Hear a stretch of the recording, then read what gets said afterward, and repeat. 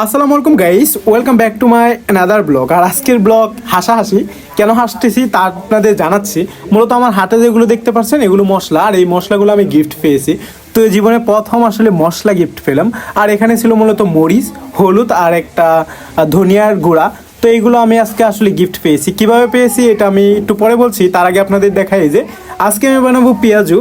তো পেঁয়াজু বানানোর জন্য প্রথমে আমি এখানে যা যা পেঁয়াজুর জন্য লাগবে, ডাউল আর ধনেপাতা যত কুচিমুচি ছিল সব কিছু দিয়ে দিছি। তারপর এখানে দিয়ে দিচ্ছি একটা ম্যাজিক মশলা। ম্যাজিক মশলা দিলে দেখবেন খাবারের স্বাদ আলাদা টেস্ট হয়। এটা যে কোনো সুপার শপে 5 টাকা দিয়ে আপনি পেয়ে যাবেন।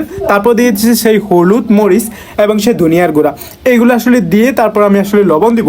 তারপর লবণ দেওয়ার পর এগুলোকে আমি ভালো করে চটকে নেব। চটকে নেওয়াতে জিভে জল এসে গেছে, তাই না?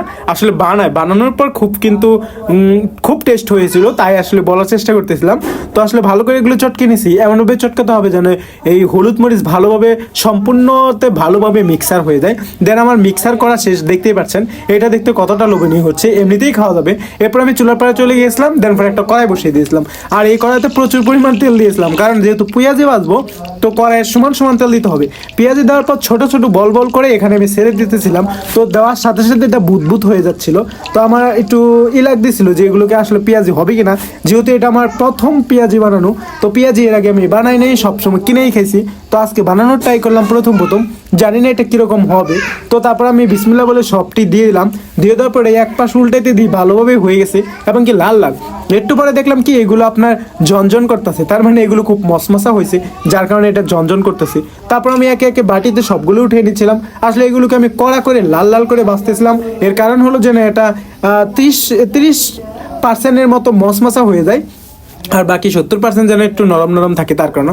এখন আমার এইগুলো বানানো শেষ। দেখেন পেঁয়াজগুলো কত সুন্দর হয়েছে দেখতে। তো এগুলো আমি খাবো, খেয়ে আপনাদেরকে রিভিউ দিচ্ছি আসলে কেমন হয়। তো আমি একটা নিলাম। তো একটা নিয়ে আমি যেই ধরেন মুখে দিছি, মানে এবার মুখে দিব। তো বিসমিল্লাহ বলে আমি যখন মুখে দিছি, মানে ক্রস করে একটা শব্দ হয়েছে। তো শান্তি। আসলে প্রচুর পরিমাণ স্বাদ ছিল আজকের ভিডিওটা। তো আজকের এই ভিডিওটা কেমন লাগলো কমেন্টস করে জানাবেন। যদি ভালো লাগে অবশ্যই লাইক কমেন্ট শেয়ার করবেন। মূলত আমার ভিডিওতে আমার লাইফস্টাইল আমি যা করি সেগুলোই দেখানোর চেষ্টা করি, অথেন্টিক। আমার কোনো মানে ফ্যাক্ট নেই যে এরকম হবে ওরকম বানানো।